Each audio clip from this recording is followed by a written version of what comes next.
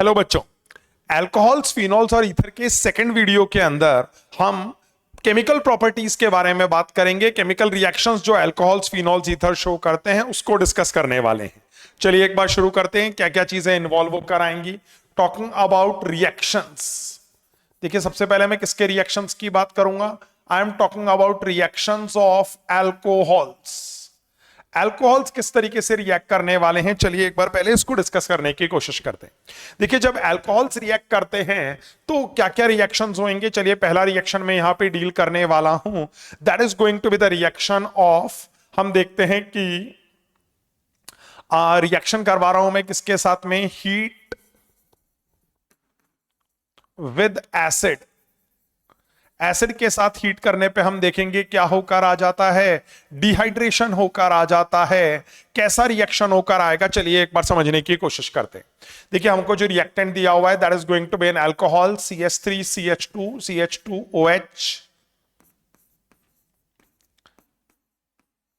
देखिए ये प्रेजेंट है हमारे पास में, अल्कोहल प्रेजेंट है। इस अल्कोहल का ट्रीटमेंट हम लोग जो करवाएंगे that is going to be, हम यहां पे कंसंट्रेटेड H2SO4 के साथ ट्रीटमेंट करवा सकते हैं।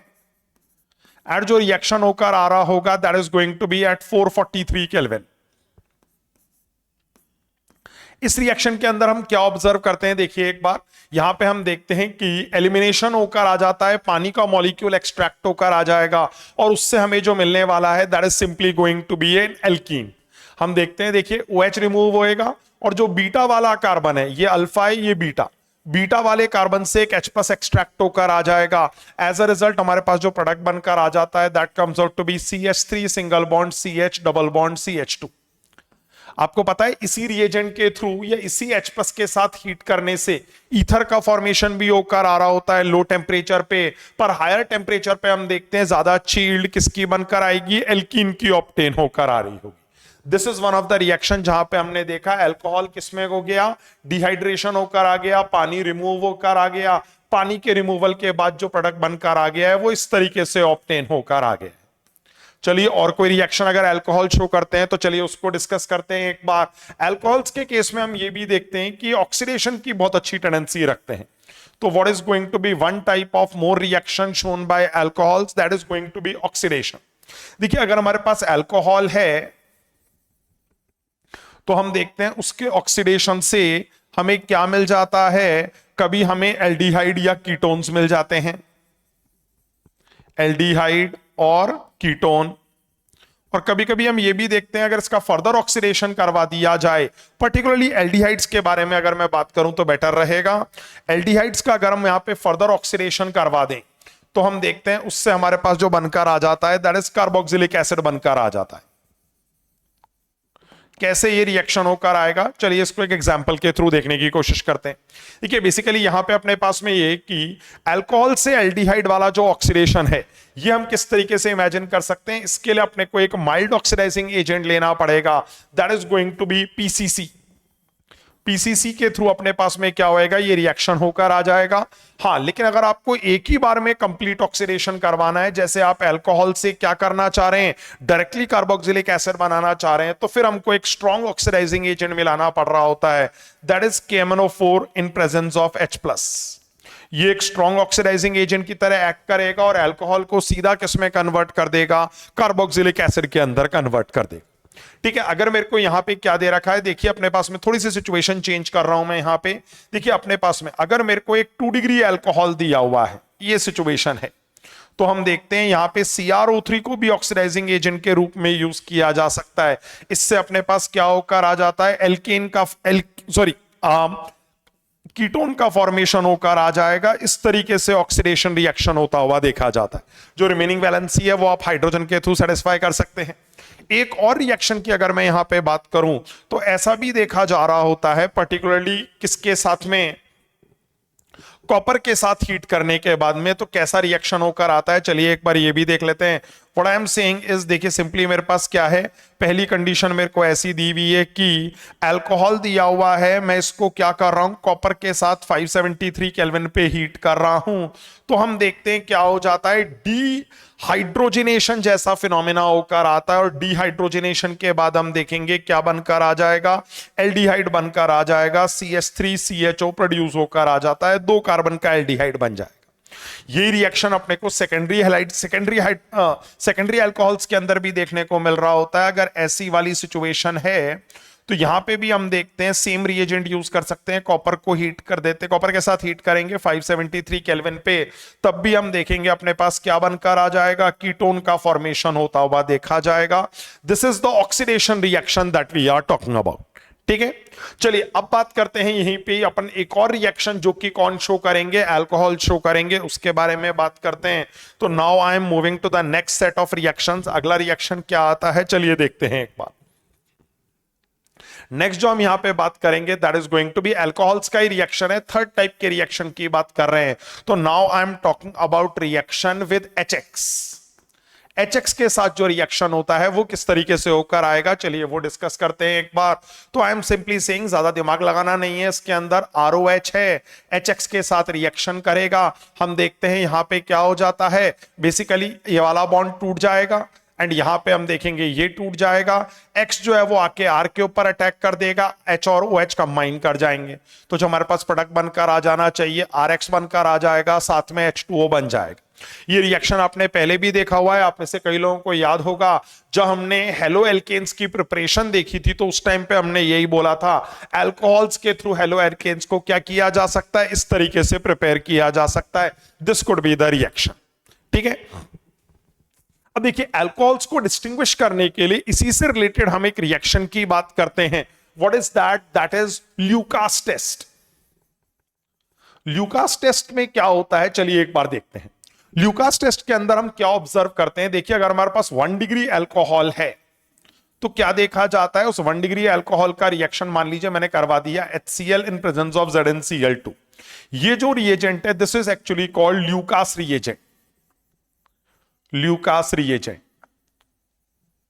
अब देखिए ल्यूकास रिएजेंट में 1 डिग्री अल्कोहल अगर मैंने मिलाया, ल्यूकास रिएजेंट को अगर मैंने 1 डिग्री अल्कोहल के अंदर मिलाया तो हम देखते हैं क्या होता है, नो टर्बिडिटी। टर्बिडिटी मतलब मिल्कीनेस, धुंधलापन, व्हाइटनेस सी क्रिएट होकर आ रही होती है सॉल्यूशन के अंदर। तो what I am saying is no turbidity will be obtained here. अगर टर्बिडिटी ऑब्टेन नहीं हुई तो हम बोल सकते हैं it is a 1 degree alcohol. दूसरे केस में हम क्या देखते हैं, अगर मान लीजिए हमारे पास में 2 डिग्री अल्कोहल है तो हम क्या देखते हैं, देखिए सेम रिएजेंट में मिला रहा हूं यहां पे HCl in presence of ZnCl2, तब हम देखते हैं अपने पास में जो टर्बिडिटी आ रही होती है, टर्बिडिटी इन 5 to 10 मिनट्स। अगर इतनी देर में टर्बिडिटी आ गई तो it must be a 2 degree alcohol. पर अगर हमने यहां पे क्या लिया हुआ है, एक 3 डिग्री अल्कोहल को लिया हुआ है, तब सिचुएशन कैसी देखी जाती है, चलिए उसको इमेजिन करते हैं। तो अगर हमने एक 3D अल्कोहल यहां पे लिया, 3 डिग्री वाला अल्कोहल लिया हुआ है, तो हम देखते हैं ल्यूकास रिएजेंट जब ऐड करेंगे HCl in presence of ZnCl2 तो हम देखेंगे इमीडिएट टर्बिडिटी ऑब्टेन होकर आ जाएगी। मतलब जैसे ही आपने ल्यूकास रिएजेंट ऐड किया you will immediately see turbidity. तो मैं यहां पे क्या बोल रहा हूं, इमीडिएट टर्बिडिटी ऑब्टेन होकर आ जाएगी।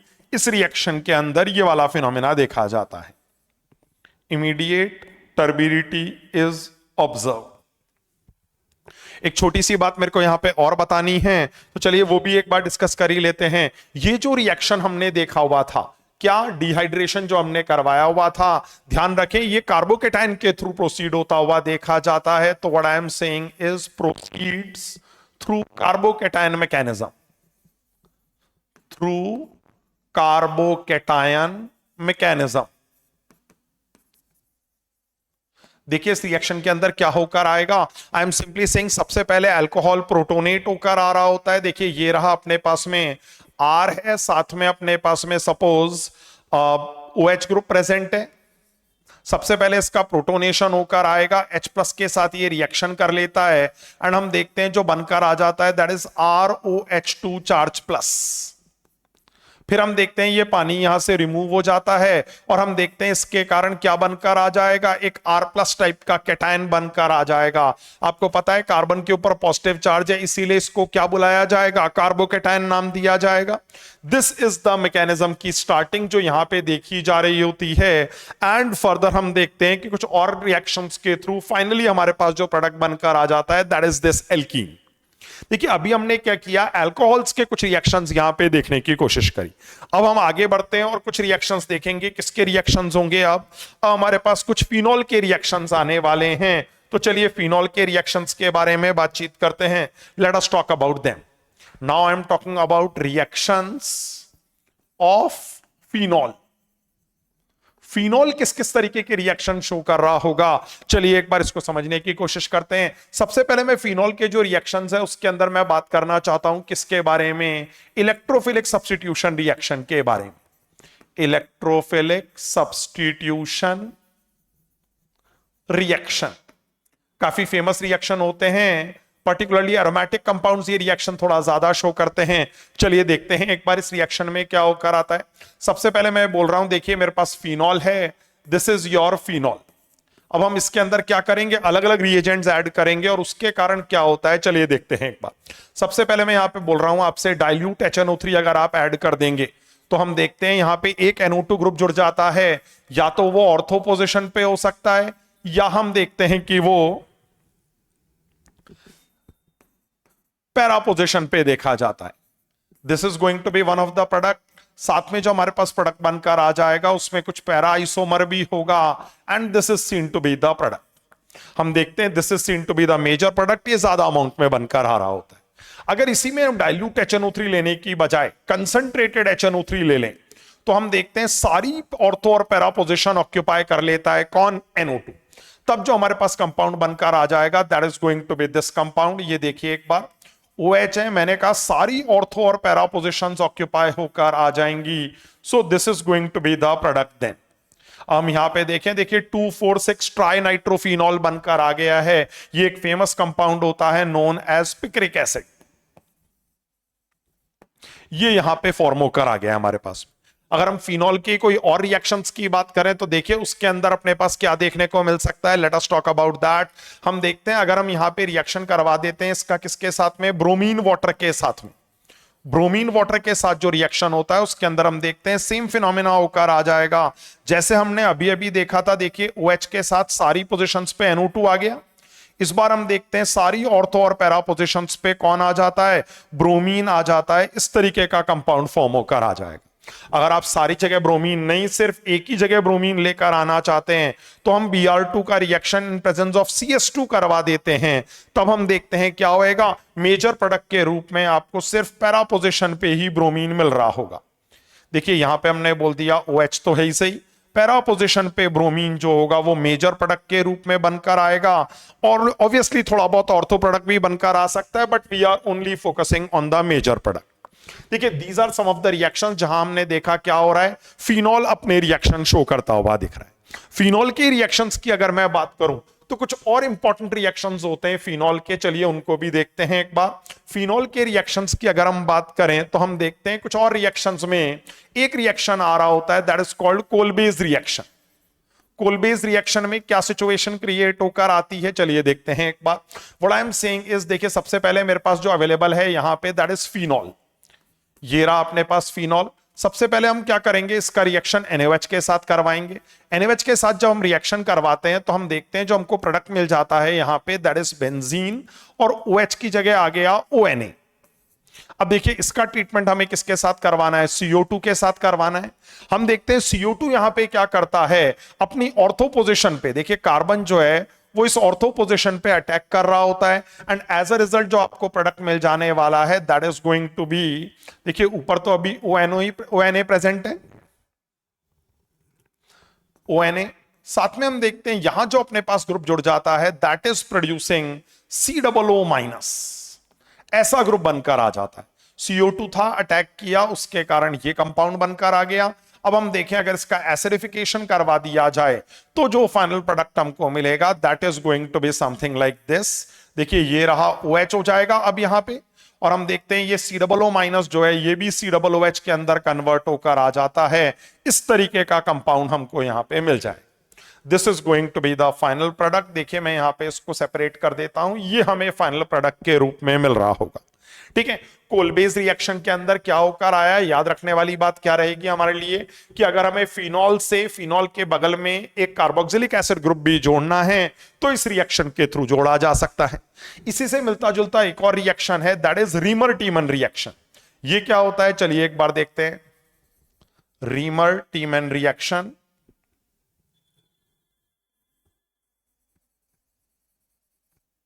रीमर टीमन रिएक्शन के अंदर क्या होता है, चलिए ये भी देखेंगे एक बार। यहां पे भी हम देखते हैं फिनॉल ही रिएक्ट कर रहा है, फिनॉल का ही रिएक्शन है बेसिकली। फिनॉल के इस रिएक्शन के अंदर हम देखते हैं क्या होता है, CHCl3 क्लोरोफॉर्म रिएक्ट करेगा इन प्रेजेंस ऑफ NaOH। अब देखिए इस रिएक्शन में सबसे पहले तो क्या होकर आ रहा है, what I am saying is कि एक तो OH- जो है वो किस में चेंज हो जाएगा, ONA के अंदर चेंज होकर आ जाएगा। ठीक है, फिर हम देखते हैं कि जो अपने पास क्लोरोफॉर्म था, ये क्लोरोफॉर्म यहां आके जुड़ जाता है, और ये क्या जुड़ जाता है, इस तरीके से जुड़ जाता है बेसिकली कि हम देखेंगे यहां पे जो अपने पास में कार्बन है, this is attached in the form of CHCl2। इस तरीके से ये जुड़ता हुआ देखा जाता है। इसके बाद हम इसके अंदर क्या ऐड कर देंगे, NaOH ऐड कर देंगे। NaOH ऐड करने के कारण क्या देखा जाता है, चलिए वो भी देखते हैं एक बार। यहां पे आई एम सेइंग इस रिएक्शन के अंदर या इस कंपाउंड के अंदर हमने क्या ऐड कर दिया, NaOH ऐड कर दिया। अब NaOH ऐड करने पे क्या देखते हैं हम ये देखते हैं कि ये जो NaOH का O है ये यहां पे आ जाता है और H के साथ जुड़ जाता है। ऐसे केस में हम देखेंगे जो प्रोडक्ट हमारे पास बनकर आ जाएगा, that is going to be what I am saying is, इस केस में आप देख सकते हैं, मैं इसको हॉरिजॉन्टली ड्रॉ कर देता हूं यहां पे। तो जो एक चीज थी वो तो ONA ही था।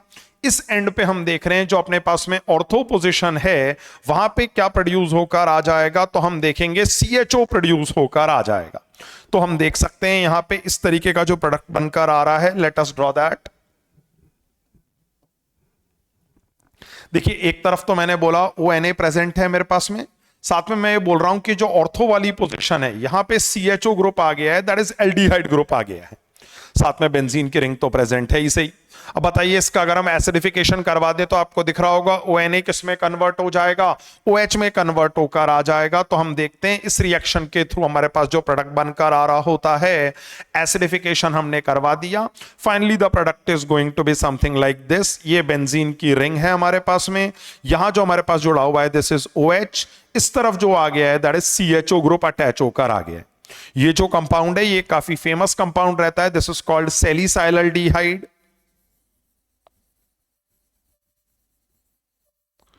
कुछ दिनों पहले इसके IUPAC नेम के ऊपर भी क्वेश्चन पूछा गया था, चलिए देखेंगे उसको अभी। This is salicylaldehyde. उसी के कॉरस्पॉन्डिंग हम देखें अगर ये जो एसिड है ये भी इससे रिलेटेड ही एसिड है, आप देख सकते हैं ऑर्थो पोजीशन पे यहां पे एल्डिहाइड ग्रुप था, यहां कार्बोक्सिलिक एसिड ग्रुप प्रेजेंट है। तो ये जो एसिड होता है इसका नाम भी मिलता जुलता सा ही होता है, this is called salicylic acid. Salicylic acid is the name. ये एसिड यहां पे बनकर आ रहा है। ये देखिए हमने क्या किया, कुछ फिनॉल के रिएक्शंस यहां पे देखने की कोशिश करी, फिनॉल किस तरीके का बिहेवियर शो कर रहा है ये हमने दिमाग लगाया। चलिए अब यहां पे फिनॉल के कुछ बचे हुए रिएक्शंस अगर और हैं तो उनको भी देखते हैं एक बार। So now I am moving to another reaction जिससे रिलेटेड हम फिनॉल के बारे में बातचीत करेंगे। ओके तो देखिए फिनॉल के रिएक्शंस में हम बात कर रहे हैं किसके बारे में, reduction and oxidation of phenol. Phenol के ये रिएक्शंस कैसे देखे जाते हैं, चलिए इसको डिस्कस करेंगे एक बार। तो सबसे पहले तो मैंने बोला देखिए ये रहा मेरे पास फिनॉल। अगर हम फिनॉल को किसके साथ हीट कर देते हैं तो what I am saying is, अगर हम जिंक डस्ट के साथ हीट कर देते हैं तो हम देखते हैं रिडक्शन रिएक्शन अकर करता है, ऑक्सीजन हट जाता है और हमको क्या मिल जाएगा, बेंजीन मिलता हुआ देखा जाएगा। This is going to be the product. देखिए बहुत ज्यादा दिमाग नहीं लगाना है, सिर्फ ऑक्सीजन का रिमूवल करवा देंगे तो उससे हमको क्या मिल जाने वाला है, बेंजीन मिल जाने वाला है। This is going to be the reaction product. This is what, reduction. ये क्या होकर आया है बेसिकली यहां पे, इससे इसका जो फॉर्मेशन है that can be considered as a reduction reaction. एक और रिएक्शन यहां पे पॉसिबल होकर आ सकता है, चलिए उसके बारे में भी बात करते हैं।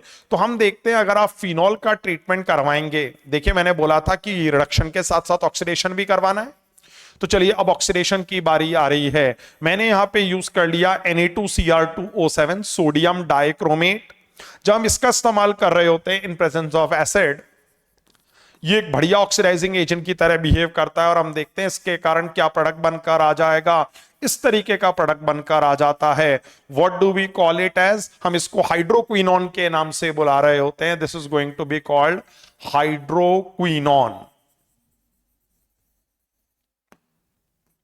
फोटोग्राफी वगैरह में भी हम इसको यूज होता हुआ देखते हैं। फोटोग्राफी डेवलपमेंट में इसको यूज किया जा रहा होता है। This is going to be the product. ये किसके कारण आया है? यहां पे रिडक्शन हुआ, जैसा कि मैंने बताया। इस रिएक्शन में क्या होकर आ रहा होगा? ऑक्सीडेशन होता हुआ देखा जाएगा। ठीक है, चलिए कुछ क्वेश्चंस देखते हैं इसके ऊपर बेस्ड अगर पूछे गए हैं तो। Let us talk about some questions here. देखिए एक सवाल यहां पे हमको दिया हुआ है, इसके अंदर अगर हम बात करें तो चलिए इसकी साइज हम थोड़ी सी रिड्यूस कर लेते हैं, अपने लिए ज्यादा ठीक रहेगा। साइज मैंने थोड़ी छोटी कर दी है यहां पे आपके लिए। And then I am going to place it at a particular corner. तो हम देखते हैं इसको यहां पे सेपरेटली रख देते हैं ताकि हम सवाल के लिए थोड़ा सा जगह अपने लिए ऑब्टेन कर पाए। ठीक है, चलिए देखिए सवाल के अंदर क्या क्या दिया हुआ है, डिस्कस करते हैं एक एक करके। देखिए अल्कोहल्स के लिए पहले एक पूरा पूरा राइटअप दिया हुआ है। हमने काफी पढ़ाई कर ली है इसलिए शायद राइटअप पढ़ने की जरूरत नहीं पड़ेगी। हम सीधा यहां पे ये देखते हैं, देखिए क्या क्या होकर आ रहा है। देखिए एक इन्होंने बोला है what happens when they are talking about a reaction. तो मैं देखता हूं what happens when phenol is treated with concentrated bromine water. आपको पता है ब्रोमीन वाटर के साथ अभी अभी रिएक्शन देखा था, सारी ऑर्थो पैरा पोजिशंस पे ब्रोमीन आ जाएगा। कंसंट्रेटेड HNO3 के साथ क्या होएगा? सारी ऑर्थो और पैरा पोजिशंस पे NO2 ग्रुप आ जाएगा। ये दोनों रिएक्शंस अभी थोड़ी देर पहले ही हम लोग देख कर आए हैं। दूसरा रिएक्शन जो इन्होंने बोला है वो देखते हैं एक बार। देखिए इसमें इन्होंने क्या बोला है? Write the mechanism of alcohol acting as nucleophile in a reaction with CH3+। अब ये क्या चीज है, एक बार समझने की कोशिश करते हैं। शायद आपको ये फील होकर आ रहा होगा, ये जो रिएक्शन है देखिए इसके अंदर क्या हो रहा है? अल्कोहल है। अल्कोहल मतलब हम मान लेते हैं अपने पास में कौन प्रेजेंट है? ROH। ये क्या कर रहा है? एज अ न्यूक्लियोफाइल बिहेव कर रहा है और CH3+ के साथ रिएक्ट करना चाहिए। अब आपको पता है अगर ये न्यूक्लियोफाइल की तरह बिहेव करेगा तो ये O के थ्रू अटैक करेगा यहां पे, और अगर ये O के थ्रू अटैक करता है तो शायद आपको दिख रहा होगा जो कंपाउंड हमारे पास बनकर आ जाएगा that is going to be ROHCH3 बनकर आ जाएगा। ऐसा कंपाउंड बनकर आना चाहिए, ऐसा स्पीशीज बनकर आ जाएगा। इसके बाद अगर हम यहां पे H+ को एलिमिनेट कर दें तो हम देखते हैं क्या बनकर आ जाता है? ROCH3 बनकर आ जाता है। हम बोल सकते हैं इससे किसका फॉर्मेशन होकर आ गया? ईथर का फॉर्मेशन होकर आ गया। आपको ध्यान भी होगा व्हाट इज दिस एक्चुअली। हम देखते हैं ये जो रिएक्शन अकर कर रहा होता है ये यहां से शुरू होकर आता है। सबसे पहले हमने क्या किया होगा? We must have taken CH3OH। हमने इसके अंदर क्या किया? एसिड मिलाया हुआ है, साथ में हमने इसको हीट भी कर दिया था। तो इस तरीके से यहां पे हमने माना कि इस तरीके से कार्बोकेटायन बनकर आया और ये फर्दर अटैक करेगा जिसके कारण क्या बनकर आ जाएगा? ईथर बनकर आ जाएगा। तो ये वाला रिएक्शन भी हमारा हो गया। चॉइस में हमें दूसरा रिएक्शन कौन सा दिया हुआ है? देखिए ये कह रहे हैं कि why do phenols not undergo reactions involving cleavage of COH वाला बॉन्ड। आपको पता है फिनोल्स के अंदर कार्बन ऑक्सीजन बॉन्ड में रेजोनेंस के कारण पार्शियल डबल बॉन्ड कैरेक्टर आ रहा होता है और वो बॉन्ड स्ट्रांग होता है। और अगर ये बॉन्ड स्ट्रांग है तो हम क्या बोल सकते हैं? ये इजीली क्लीवेज नहीं होकर आएगा, ये इजीली ब्रेक नहीं होता हुआ देखा जाएगा। So I can simply say that ये रिएक्शन नहीं होने वाला जिसमें C और OH बॉन्ड का क्लीवेज हो जाए इन केस ऑफ क्या? फिनोल्स। अल्कोहल्स में ये रिएक्शन हो जाता है, फिनोल्स में ये रिएक्शन नहीं देखा जाता। चलिए अगले वाले क्वेश्चन के ऊपर चलते हैं। यहां हम देखते हैं, देखिए हमको ब्यूटेनॉल दिया हुआ है, ये एक 1 डिग्री वाला अल्कोहल है। दूसरा जो अल्कोहल है दैट इज 2-मिथाइल प्रोपेन टूऑल। चलिए इसको ड्रॉ करते हैं एक बार। ये रहा हमारे पास में 2-मिथाइल प्रोपेन टूऑल। अब आपको दिख रहा होगा ये तो एक 3 डिग्री अल्कोहल है, ये 3 डिग्री है, ये 1 डिग्री है। हमसे कह रहे हैं आप इसको कैसे डिस्टिंग्विश करें? By using HCl in presence of anhydrous ZnCl2। आपको ये पता है HCl in presence of anhydrous ZnCl2 जो होता है वो तो ल्यूकास रिएजेंट होता है। अब अगर ल्यूकास रिएजेंट का ट्रीटमेंट किससे करवाएं? 3 डिग्री वाले अल्कोहल से करवाएं तो क्या हम बोलेंगे यहां पे इमीडिएट टर्बिडिटी ऑब्टेन होकर आ जाएगी। इमीडिएट टर्बिडिटी हमने बात भी करी थी इसके बारे में। जबकि दूसरे केस में अगर हम बात करें तो हम देख सकते हैं क्या होएगा, नो टर्बिडिटी ऑब्टेन्ड, या टर्बिडिटी बहुत लंबे समय बाद आ रही होगी। So I can distinguish the two on the basis of क्या, टर्बिडिटी वाला behaviour. No turbidity will be obtained in this case. ऐसे हम दोनों को क्या कर सकते हैं, डिस्टिंग्विश कर सकते हैं। चलिए देखते हैं इसके ऊपर कोई और क्वेश्चन अगर हमें मिलता है तो। Let us talk about this question now. इस क्वेश्चन के अंदर देखिए उन्होंने क्या बातचीत करी हुई है, फिर से थोड़ा सा साइज रिड्यूस करेंगे क्वेश्चन की। ये रहा हमारा क्वेश्चन एंड कुछ जगह क्रिएट कर रहे हैं हमारे लिए। सो आई एम सिंपली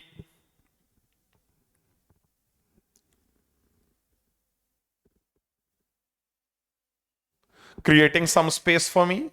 देखते हैं जल्दी से एक बार। यहां पे देखिए अपने को पता है क्या ही कह रहे हैं, फिनॉल्स के बारे में राइट अप दिया हुआ है, हम उनकी भी पढ़ाई कर चुके हैं। देखिए इस केस में इन्होंने कहा कि फिनॉल का ट्रीटमेंट अगर आप करवा रहे हैं तो आप बताइए कि फिनॉल के केस में Br2CS2 से क्या होकर आएगा। हमने ये बोला था यहां पे अपने पास में एक ही ब्रोमीन लगकर आ रहा होगा, तो what is the product formed in this case, आपको बताया भी गया था फिनॉल रहेगा। और हम देखेंगे पैरा पोजीशन पे कौन आ जाएगा, ब्रोमीन, ये मेजर प्रोडक्ट के रूप में ऑब्टेन होएगा। कंसंट्रेट HNO3 का रिएक्शन हम बहुत बार देख ही चुके हैं, क्या होता है सारी पोजीशंस जो है ऑर्थो और पैरा वाली, वहां पे NO2 आ जाता है। फर्दर दे आर सेइंग, देखिए why phenol does not undergo protonation readily, मतलब फिनॉल H प्लस एक्सेप्ट क्यों नहीं कर रहा होता। अब आपको पता है फिनॉल तो खुद ही एसिडिक नेचर का है, हमने बोला भी था फिनॉल का नेचर एसिडिक देखा जा रहा होता है। बताइए अगर फिनॉल एसिडिक नेचर का है तो वो H प्लस एक्सेप्ट करने की टेंडेंसी थोड़ी रखेगा। ठीक है, H प्लस एक्सेप्ट तो वो लोग करते हैं जो बेसिक नेचर शो कर रहे होते हैं। इसीलिए हम देखते हैं फिनॉल के सेल्फ एसिडिक नेचर होने के कारण प्रोटोनेशन की टेंडेंसी काफी कम देखी जाएगी। चलिए अगले सवाल के ऊपर मूव करते हैं। ये पूछ रहे हैं क्या which is a stronger acid, phenol या फिर क्या क्रीसॉल। अब आपको पता है क्रीसॉल के बारे में मैंने आपको बताया था, क्रीसॉल के अंदर क्या होता है, बेसिकली हम देखते हैं कि फिनॉल के साथ में एक मिथाइल ग्रुप जुड़ा हुआ होगा, this is going to be cresol. हम यहां पे देखते हैं जो मिथाइल ग्रुप है ये एक इलेक्ट्रॉन डोनेटिंग ग्रुप की तरह या इलेक्ट्रॉन रिलीजिंग ग्रुप की तरह बिहेव कर रहा होता है, और इसके कारण हम देखते हैं एसिडिक स्ट्रेंथ कम होकर आ जाती है। ऐसा आपको बताया भी गया था। अब बताइए अगर एसिडिक स्ट्रेंथ कम हो गई तो हम बोल सकते हैं ज्यादा एसिडिक कौन रहेगा, फिनॉल ज्यादा एसिडिक देखा जाएगा एज कंपेयर टू क्रीसॉल। तो हम यहां पे देख सकते हैं फिनॉल ज्यादा एसिडिक, क्रीसॉल कम एसिडिक। रीजन भी मैंने यहां पे दे दिया है कि जब भी इलेक्ट्रॉन रिलीजिंग ग्रुप्स अटैच हो जाएंगे फिनॉल के साथ में, वो एसिडिक स्ट्रेंथ को कम करने का काम करेंगे। सो phenol will be more acidic here. चलिए यहां पे एक बात और है, देखिए आपसे बोला हुआ भी ये रीमर टीमन रिएक्शन जो है अभी हमने देखा भी था, इसका जो प्रोडक्ट है उसका IUPAC नेम हमको बताना है। देखिए इस रिएक्शन का जो प्रोडक्ट बनकर आ रहा था, यू मस्ट बी रिमेंबरिंग, उसका कॉमन नेम तो हमने बोल ही दिया था, सेलिसाइलल, सॉरी यस इट वाज सेलिसाइलल्डिहाइड। पर ये कॉमन नेम नहीं पूछ रहे हैं, ये उसके IUPAC नेम के बारे में बात कर रहे हैं। अब देखिए IUPAC नोमेनक्लेचर के हिसाब से हम बात करें तो ये दोनों ही फंक्शनल ग्रुप्स हैं, उसमें से एल्डिहाइड ग्रुप को ज्यादा प्रायोरिटी मिलती है, और OH ग्रुप को हम कैसे मान के चलेंगे, एज अ सब्स्टिट्यूएंट मान के चलेंगे यहां पे। तो हम देखते हैं इसका जो नाम रख दिया जाएगा, this is going to be the first carbon, ये सेकंड कार्बन हो गया, तो हम इसका नाम रख सकते हैं क्या, 2 हाइड्रोक्सी। देखिए OH ग्रुप है इसलिए मैंने इसको हाइड्रोक्सी बुला दिया, 2 हाइड्रोक्सी, और आगे हमारे पास क्या आ जाएगा, बेंजल्डिहाइड आ जाएगा, 2 हाइड्रोक्सी बेंजल्डिहाइड।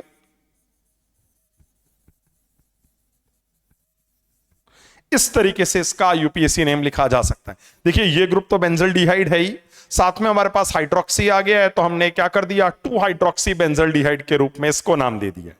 ठीक है, ओके। हमने अल्कोहल्स के काफी सारे रिएक्शंस देखे, फिनॉल्स के रिएक्शंस देखे, थोड़े से रिएक्शंस हमें किसके भी देखने पड़ेंगे, अभी ईथर के भी देखने पड़ेंगे। तो चलिए एक दो रिएक्शंस देखते हैं किसके, ईथर के। Now I am talking about क्या, रिएक्शंस ऑफ ईथर। ईथर्स किस किस तरीके का रिएक्शन शो कर रहे होते हैं, चलिए एक बार देखते हैं। तो ईथर्स के इंपॉर्टेंट रिएक्शन के अंदर एक तो हमारे पास जो आ जाता है, that is going to be, पहला लील कर रहा हूं मैं यहां पे, रिएक्शन विद HI या HX। अब HX के साथ जो रिएक्शन है वो देखते हैं हम यहां पे क्या होकर आ रहा होगा, late us talk about that.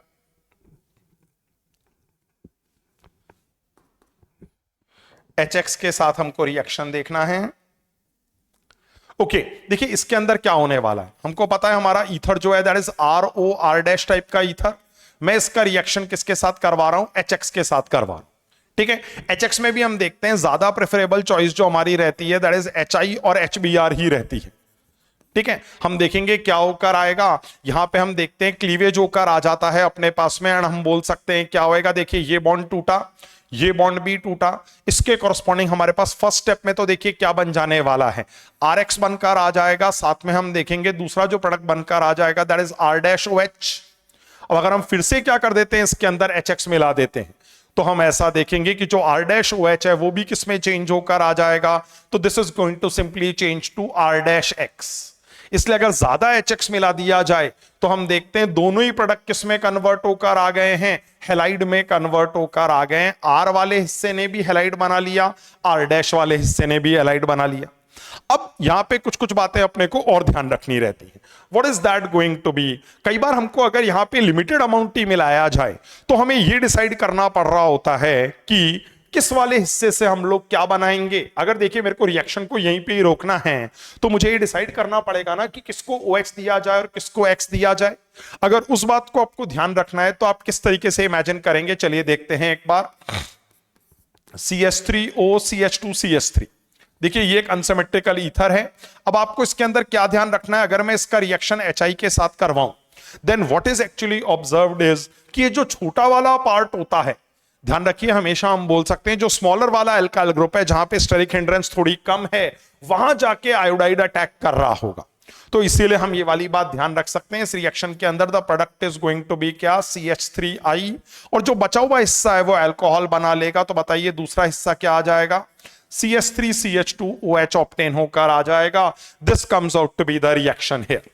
ठीक है, HI के साथ जो रिएक्शन है, ध्यान रखेंगे जो छोटा वाला ग्रुप है उसको ही हमको क्या करना है, आयोडाइड फॉर्मेशन करवानी। लेकिन कभी कभी कुछ गड़बड़ी भी देखी जाती है, कैसा एक्सेप्शन क्रिएट होकर आ सकता है, चलिए एक बार ये देखते हैं। देखिए वैसे तो ये रिएक्शन SN2 मैकेनिज्म फॉलो कर रहा होता है in general. What I am simply saying is कौन सा वाला मैकेनिज्म फॉलो होकर आएगा, SN2 मैकेनिज्म फॉलो होकर आएगा। लेकिन इस केस में अगर आप यहां पे रिएक्शन करवा रहे हैं किसके साथ में, HI के साथ में, तो रिएक्शन थोड़ा सा डिफरेंट होता हुआ देखा जाता है। तब हम देखते हैं कि अपने पास में ये रिएक्शन कार्बोकेटाइन के थ्रू प्रोसीड कर रहा होता है, एंड कार्बोकेटाइन के थ्रू प्रोसीड करेंगे तो हम देखते हैं ये रिएक्शन में ये प्रोडक्ट बनकर आ जाता है। देखिए इस बार छोटे वाले ग्रुप ने OH बना लिया है और जो बड़ा वाला ग्रुप है वो क्या कर लेता है, आयोडाइड बना लेता है, एंड हम देखते हैं इस तरीके का प्रोडक्ट फॉर्म होकर आ जाएगा। यहां पे हम देख सकते हैं कि इस बार यहां पे आयोडाइड लगकर आ जाए। ये एक थोड़ा सा टिपिकल रिएक्शन हो गया, क्यों, क्योंकि ये रिएक्शन जो है ये SN1 मैकेनिज्म के थ्रू प्रोसीड कर रहा होता है, जिसके अंदर क्या बनकर आएगा, कार्बोकेटाइन बनकर आएगा। और कार्बोकेटाइन कौन सा वाला ज्यादा स्टेबल होगा, 3 डिग्री वाला कार्बोकेटाइन ज्यादा स्टेबल होगा एज कंपेयर टू 1 डिग्री। इसीलिए ये वाला जो हिस्सा है ये कार्बोकेटाइन बना लेता है, जिसके थ्रू इस तरीके से रिएक्शन का प्रोडक्ट आएगा। ठीक है, देखिए मैं आपसे ये भी बोल रहा हूं कि अगर R या R' में से कोई कौन सा वाला ग्रुप होकर आ जाए, फिनाइल ग्रुप होकर आ जाए, तो आपको एक बात और ध्यान रखनी है कि आपका जो प्रोडक्ट बनकर आ रहा होगा, देखिए एक एग्जांपल भी ले सकते हैं इसके लिए हम लोग। जैसे मान लीजिए मेरे पास ये फिनाइल ग्रुप प्रेजेंट है, इसके साथ में O आ गया और यहां पे कोई एल्काइल ग्रुप आ गया। ऐसे केस में हम देखते हैं जब आप HX यहां पे मिला रहे होंगे तो हम देखेंगे कि क्या हो जाएगा। देखिए बेसिकली इस बॉन्ड के अंदर पार्शियल डबल बॉन्ड कैरेक्टर होता है, इसलिए ये बॉन्ड इजीली नहीं ब्रेक करेगा। So what we are going to get the product as, product हमको मिलेगा यहां पे OH आ जाएगा और साथ में R के साथ कौन जुड़ जाएगा, X जुड़ता हुआ देखा जाएगा। This is going to be the reaction. In fact हम आगे देखते हैं कि ये फर्दर भी रिएक्ट नहीं कर रहा होता, क्यों, क्योंकि आपको ये पता है इस बॉन्ड में पार्शियल डबल बॉन्ड कैरेक्टर है, इसीलिए ये वाला बॉन्ड टूट के अगर हम इसके अंदर और HX भी मिला दें तो हम देखते हैं आगे कोई रिएक्शन प्रोसीड नहीं कर रहा होता। ये जो बेसिकली फिनॉल आ गया है ये फर्दर रिएक्शन नहीं कर रहा होता because of partial double bond character in this OH bond. As a result OH easily leave नहीं कर सकता है।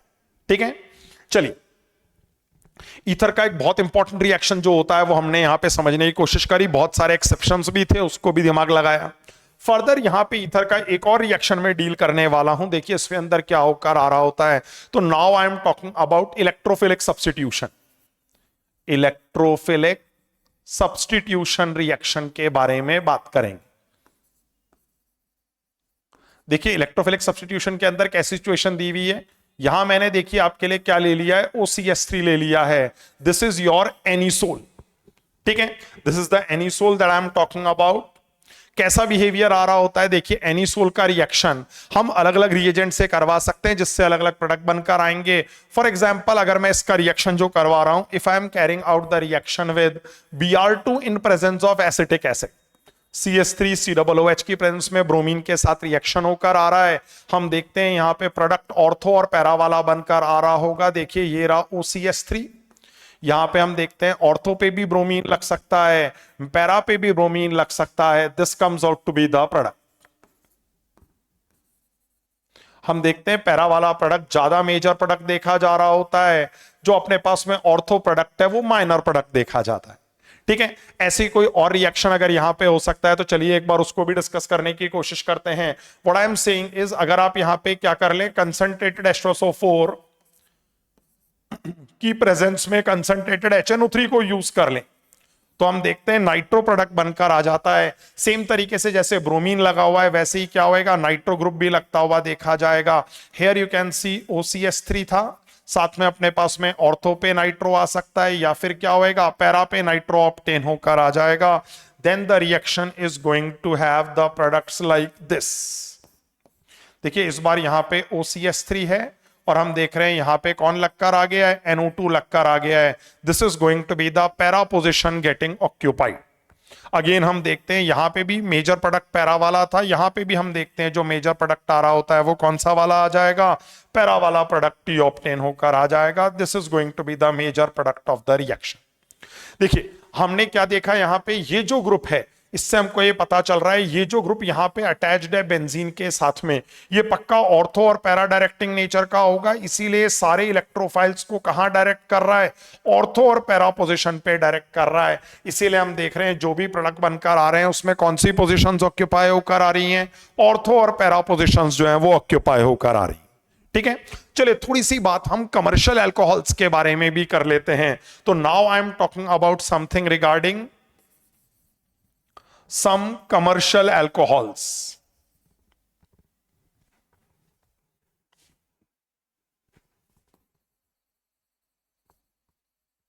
कुछ कमर्शियल अल्कोहल्स के बारे में भी बात करेंगे।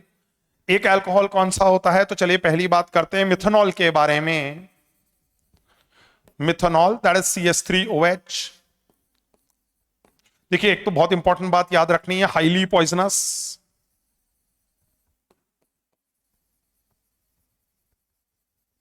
दूसरा हमें जो ध्यान रखना है इसकी प्रिपरेशन का करने का एक और तरीका रहता है हमारे पास में।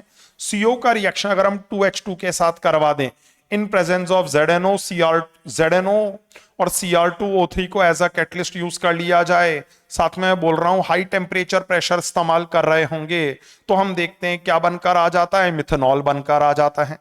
This is also one of the method of preparation of methanol. ऐसे ही देखते हैं कमर्शियल अल्कोहल्स में हम एक और अल्कोहल की बात करेंगे, that is going to be the second one, that is ethanol. Ethanol का जो रिएक्शन होकर आएगा, दिस इज C2H5OH। इसकी जो प्रिपरेशन करवाई जाती है वो कई बार इस तरीके से करवाई जाती है, कई बार एनसीईआरटी की बुक्स में, पुरानी बुक्स में लिखी हुई भी थी। What do we carry out, सबसे पहले हम लेते हैं, देखिए सुक्रोज। क्या ले रहे हैं, सुक्रोज। सुक्रोज क्या होता है बेसिकली, C12H22O11। हम इसका रिएक्शन करवाते हैं किसके साथ में, इनवर्टेज एंजाइम के साथ रिएक्शन करवाते हैं। What I am saying is invertase enzyme. Invertase enzyme के साथ रिएक्शन करवाते हैं तो हम देखते हैं C6H12O6 प्लस C6H12O6 बनकर आ रहा होता है। This is glucose, this is fructose. और जो ग्लूकोज फ्रक्टोज हमारे पास बनकर आए हैं ये कुछ फर्दर रिएक्शन कर रहे होते हैं। तो what I am saying is इसी ग्लूकोज फ्रक्टोज का रिएक्शन अगर आप जाइमेस एंजाइम के साथ करवा देते हैं, देखिए दो एंजाइम यूज कर रहे हैं, एंजाइम्स मतलब बेसिकली बायोलॉजिकल कैटलिस्ट हैं, इसके साथ अगर हम रिएक्शन करवाते हैं तो हम देखते हैं हमको क्या मिल जाता है, 2 मोल तो इथाइल अल्कोहल मिल जाता है, दैट इज C2H5OH। साथ में हम देखते हैं 2 मोल CO2 भी प्रोड्यूस होकर आ जाती है।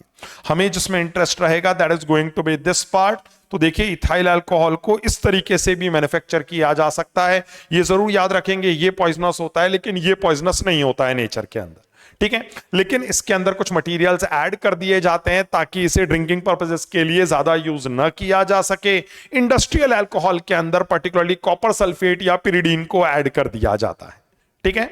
चलिए, हमने काफी सारी बातचीत कर ली अल्कोहल्स, फिनोल्स और ईथर्स के बारे में। ऑलमोस्ट कंप्लीट चैप्टर यहां पे डिस्कस कर लिया है। कुछ क्वेश्चंस अगर आप प्रैक्टिस कर लेंगे पीवाईक्यूज एंड एनसीईआरटी एक्सरसाइज के, तो ये चैप्टर आपका फुल फ्लेजेड तरीके से कंप्लीट होकर आ जाएगा। That is it from my side. Thank you.